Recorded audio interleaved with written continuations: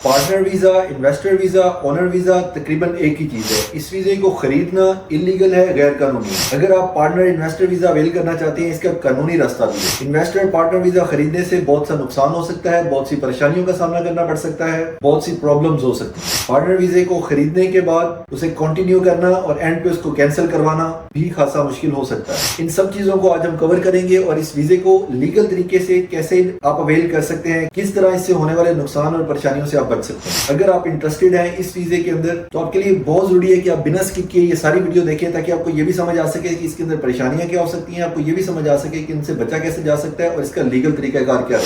तो आइए डिटेल से बात करते हैं। सबसे पहले हम बात करेंगे कि पार्टनर वीजा होता क्या है। पार्टनर वीजा या इन्वेस्टर वीजा, इसको हम दो तरह से देखेंगे। एक वो तरीकाकार जिसमें हम ये वीजा लोग खरीदते हैं कि हमने पार्टनर वीजा खरीदना है या हम पार्टनर वीजा या इन्वेस्टर वीजा खरीदना चाह रहे हैं। उसके अंदर क्या होता है कि जिस एजेंट से, जिस कंपनी से, जिस बंदे से आप वो वीजा खरीद रहे होते हैं, वो बंदा ये करता है कि एक कंपनी फॉर्म करता है, एक कंपनी बनाई जाती है जिसमें दो क्लाइंट ऐसे ढूंढे जाते हैं जो पार्टनर या इन्वेस्टर वीजा के अंदर इंटरेस्टेड होते हैं। वो दोनों ने बोलते हैं कि हमें पार्टनर वीजा चाहिए, हमें इन्वेस्टर वीजा चाहिए। वो क्या करता है एजेंट कि उन दोनों को आपस में मिलाता है, उनके नाम पे एक कंपनी बनाई जाती है जिसके अंदर वो दोनों 50-50% के शेयर होल्डर्स होते हैं। उस कंपनी के अंदर उन दोनों को इन्वेस्टर या पार्टनर का वीजा निकाल करके दे दिया जाता है। उसके बाद वो कंपनी उसी एजेंट या उसी कंपनी के पास होती है जिसने आपको वो कंपनी फॉर्म करके उसमें से आपका वीजा निकाल के आपके हवाले किया होता है। आप वीजा लेके साइड पे हो जाते हैं, आप समझते हैं मैंने पार्टनर इन्वेस्टर वीजा ले लिया, लेकिन जनाब आपके नाम पे कंपनी बन चुकी है। उस कंपनी के अंदर कोटे निकलेंगे, वो कोटे भी आगे यूज होंगे या हो सकते हैं उस कंपनी के अंदर, उस कंपनी के ऊपर सिम्स निकल सकती हैं, मोबाइल फोन सिम जो होती हैं, उन सिमों की बेस पे आगे जाके इंस्टॉलमेंट्स के ऊपर मोबाइल फोन निकल सकते हैं। कंपनी का जो कोटा यूज होगा उसके अंदर आपको नहीं पता कि जिन लोगों को वो कोटा बेचा गया है या दिया गया है, जो एम्प्लॉइज उस कंपनी के नाम पर हायर करके यहाँ पे लाए गए हैं, उनमें से अगर कोई बंदा किसी भी तरह की इलीगल एक्टिविटी के अंदर अगर इन्वॉल्व पाया गया तो आप गवर्नमेंट की नजर में उस कंपनी के मालिक है, इन्वेस्टर है, शेयर होल्डर है। और यही वो दूसरा रुख है तस्वीर का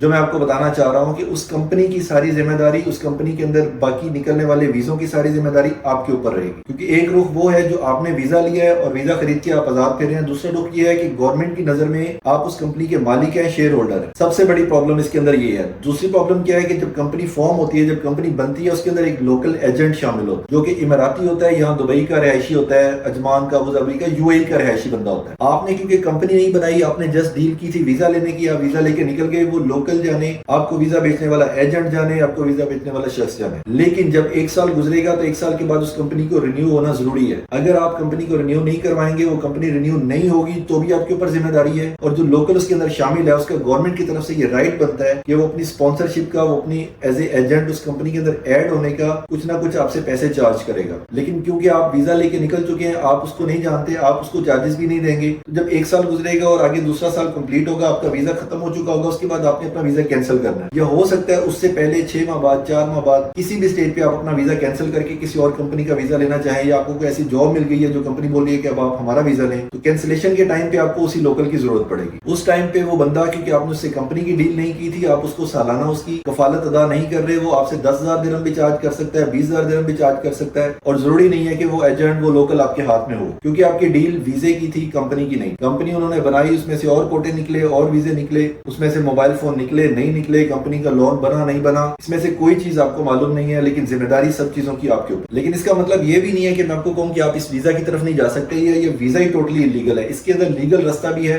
और वो ये है, बहुत सिंपल है कि आप अपनी कंपनी खुद बनाएं। अगर आपको इन्वेस्टर वीजा, पार्टनर वीजा चाहिए, आप अपनी कंपनी बनाएं। कोई भी सस्ती छोटी आप छोटा लाइसेंस ले सकते हैं जिसके ऊपर कम से कम आपकी कॉस्ट है, वो कंपनी आप बनाएं, साथ में अपना इन्वेस्टर का वीजा लगाएं, कंपनी को खुद यूज करें, उसकी अथॉरिटी अपने पास रखें, लोकल स्पॉन्सर को उसकी सालाना कफालत और स्टार्ट वाली कफालत की अमाउंट उसको दें। जब आपको अपना वीजा कैंसिल करना है, आप अपना वीजा कैंसिल करवा सकते हैं। कंपनी की अथॉरिटी आपके पास है, उसके अंदर जो वीजे निकालने हैं वो अपने खुद निकालने हैं, अपने एम्प्लॉइज हायर करें, लाइसेंस का फायदा उठाते हुए आप दुबई के अंदर अपना कारोबार करें, बिजनेस करें और उस सारी परेशानी से भी बचें।